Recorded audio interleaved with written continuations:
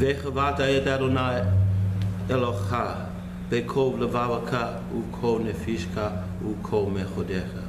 והיו הדברים האלה אשר אנוכי משפחה היום על לבבך. ושנתם לבניך, ודרברת בם בשבתך, בביתך ולתך בדרך, ושכבך וקומך, ושרתם לאות על ידיך, וחיו לטוטפות בין עיניך, ובטפתם על מזוזות ביתך ובשעריך. Hear, O Israel, the Lord thy God is one. Then you will love the Lord with all your heart, with all your soul, and with all your resources, or with all your strength. Let these words which I command you today be upon your heart. Repeat them to your children. Speak of them when you sit in your house, when you walk on the way, when you lie down, when you rise up. Bind them as a sign upon your arm, and let them be as a frontlet between your eyes.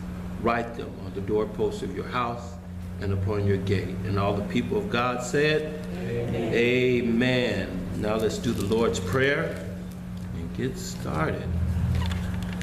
You guys got your Lord's Prayer? I'm going to be a cantor.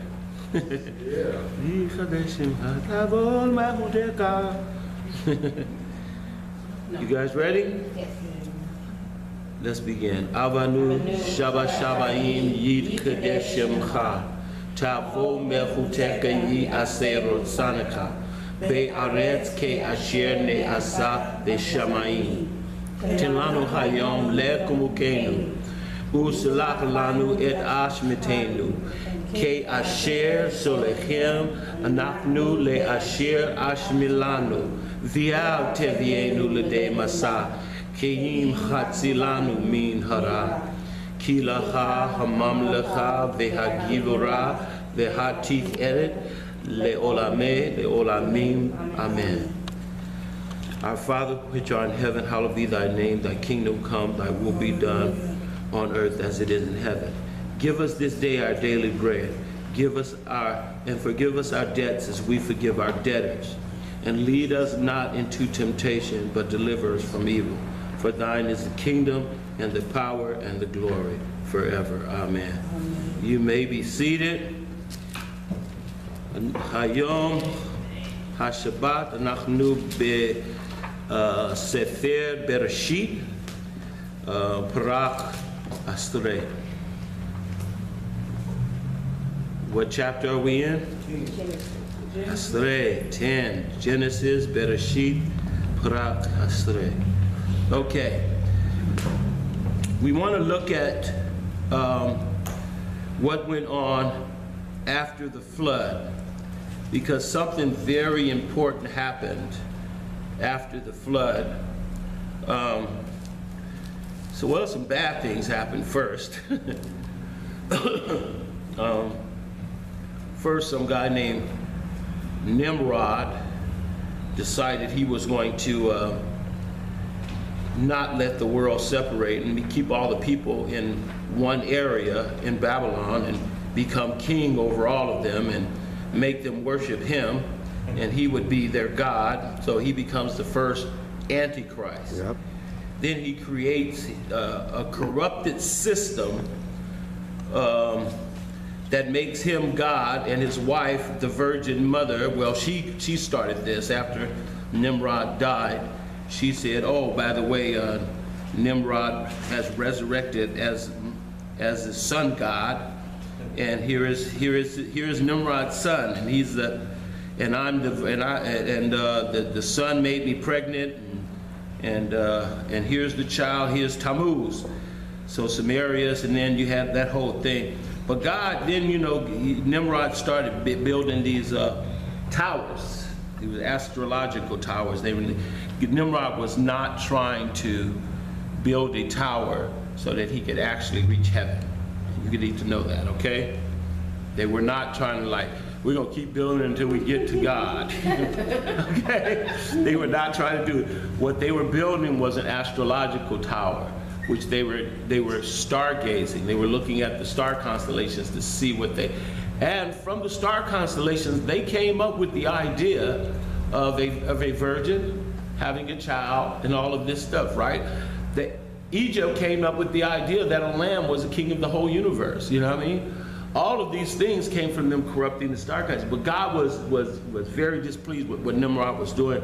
So he came down and he separated. He separated the people. He confused their languages.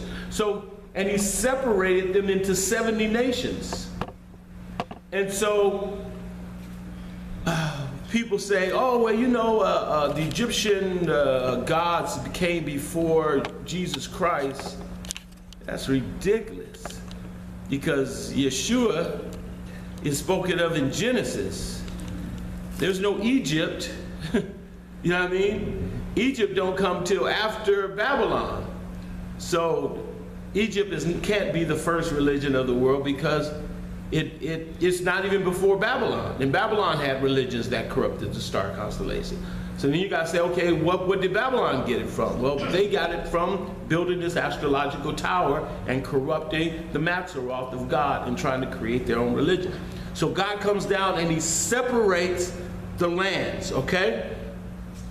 Now you have these 3 sons, okay?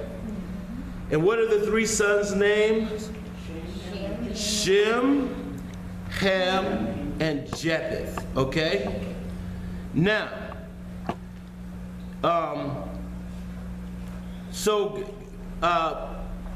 these are the sons that are going to have these different nations as God separates the people and sends them out, okay? So, the first son's name is Japheth, and these are the nations. And remember, as he separates the nations, he's also giving a language. So who created languages? Yeah. Thank you, okay? So when you start going, there's no J in Hebrew. Well, there's a J in English. And the last time I realized, Satan never created a language. You understand? So, and there's no W, and there's, you know, and they're mispronouncing. Well, we can't say Jesus' name in Spanish because they say Jesus, and that's not his real name. His real name is Yeshua. If God created Spanish, what do you think he calls himself in Spanish? Thank you. If God created English, what does he call himself in English? Jesus. Thank you. Okay, like I said, I have a friend in Hawaii. Kyoki. I said, what's your name? Kyoki. I was like, ooh, that is so cool. I wish I had a Hawaiian name like you. What does it mean, George?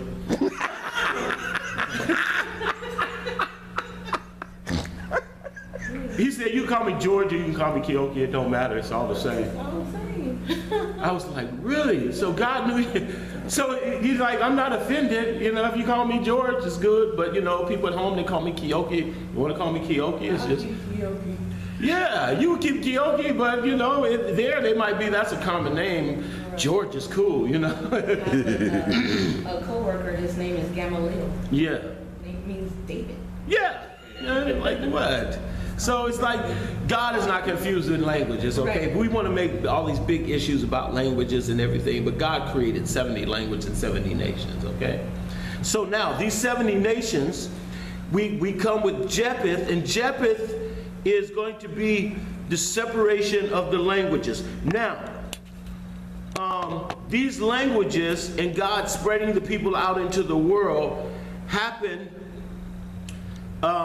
as God wanted them to be in different territories. In the book of Acts, it says that God has given us and the places where we should stay. Like he's given us life and all of this stuff, but he's also given us the territories where we should live. You understand? So God separated the people. Okay?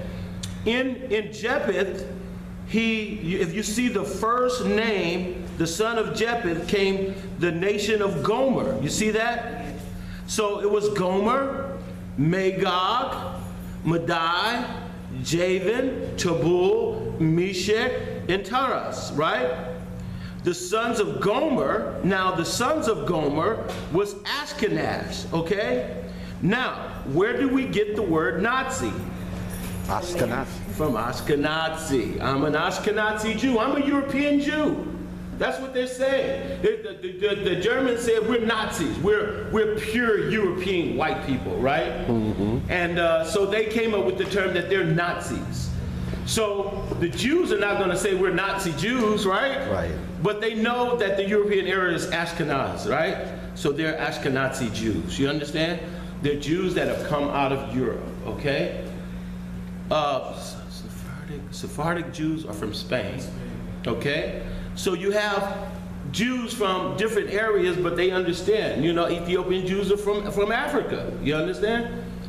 So you have all of these different people that have acquired the Hebrew gene, okay? Now, why would Israel go to to Ethiopia and allow the Jews from Ethiopia to come to Israel? Because they had a gene, okay? Now, why would the Jews that are in Europe go back to Israel, and the Sabras in Israel, they weren't feeling that good about European Jews coming to Israel? Did you know that? Even now, they see a European Jew, they go, oh, you're an Ashkenazi. Oh, you came from Europe, right? But they understand one thing. They have a gene. So the Ashkenazi Jews are Jews. They know that the Ethiopians, they have a gene. So they're Jews, right? Sephardic, they come from Spain, but they have a gene, which makes them Hebrews, right? So the gene is what makes you, okay, Jewish, okay? Now, can you have only 10% of the gene? Yes. No. You either have it or you don't. It's a gene that gives you a lineage and a link to the Hebrew people. Either you have it or you don't. You can't have 10% of it. You know what I mean? It's not like what we think, oh, he's half black. Yeah, you know, he's half black, he's half, you know, he's mixed. But they don't see, but the gene doesn't show up as 80%. It just shows up Hebrew. You understand? You look in it and you go, if you don't even look at the color of the person, okay, you go, the gene is Hebrew, okay? So they're all considered Hebrews and equal. So they brought the Ethiopians back. They brought the European Jews back to the land. Sephardic Jews come back to the land, right? It's not based on your nationality, it's based on what? The gene. Okay? Because if the gene is in you, that means you've mixed with the Hebrew people in some way that has caused this gene to be inside of you, and now you're considered Hebrew, right? So everybody should get checked. Everybody, I mean, you can get checked, but now there's the guy that started Black Israelite, he came up with this thing, but it has nothing to do with the Hebrew gene, okay? So, but now, understand this. You got these European Jews, and they're all living in Europe. After the Holocaust, they all returned back to Israel. There are already Jews living in Israel, in Palestine, when they came back. They're called Sabras, meaning natural born in Israel, right? So, but they all moved back. Then all these Jews start returning to the land from Spain, from Europe, from Ethiopia, right? And they return to the land, okay? They make up the community of Israel, okay? Now, we know that Japheth makes up the European bloodline of the people of the world, okay? But Japheth is a European. It's not from the group that originally brought forth the Hebrews, okay? Now, let's go to the next one, okay? Now watch this. Go down to verse 6.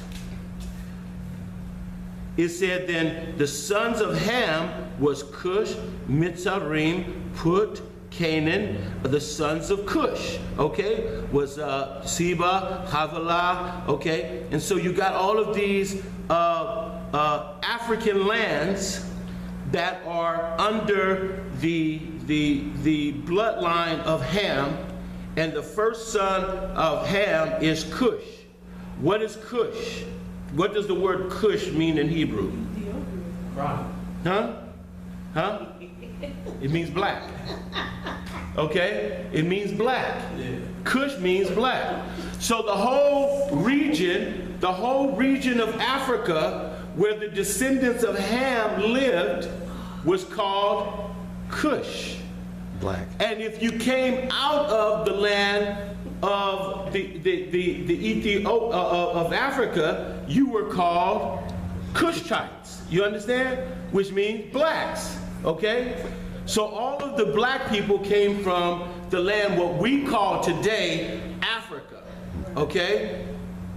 But none of us are really African. Okay?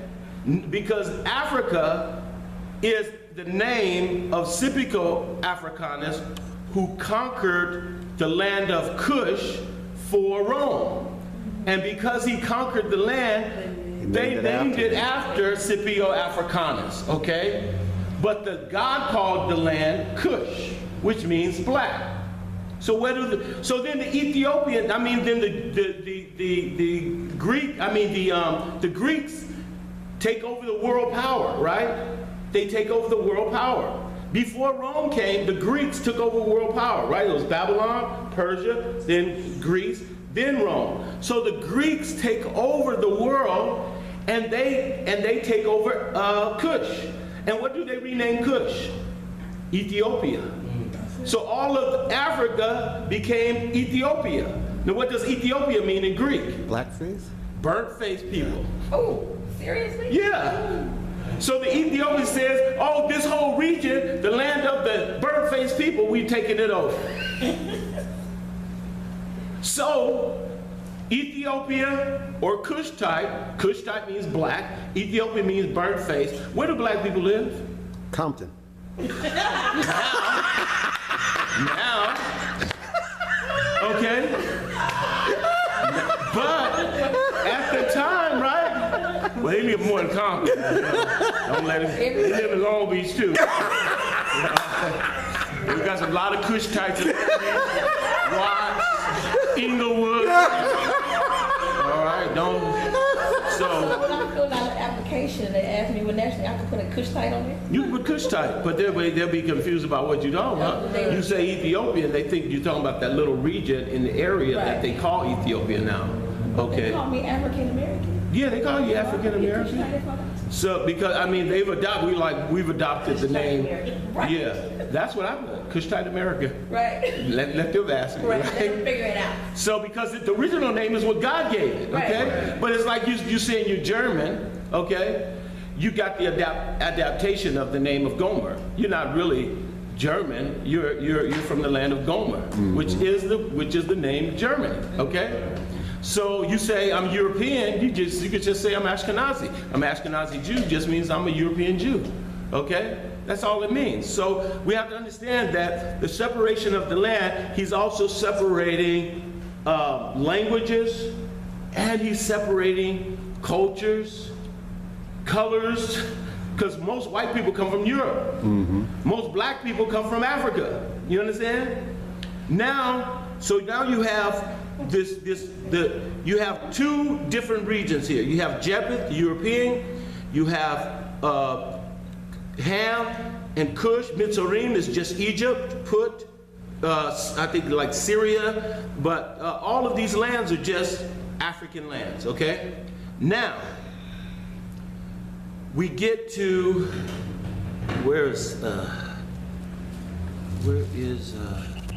our last guy, Shem. Let's go to verse 22 or 22, right? Shem. Okay. Now, God created all of these things, right? And these people are supposed to separate into their lands. In verse 11, Nimrod comes and makes them all stay where he is, right? But they're supposed to be going to their, separating to their line, because God commanded them to fill the whole earth. Okay? So now you got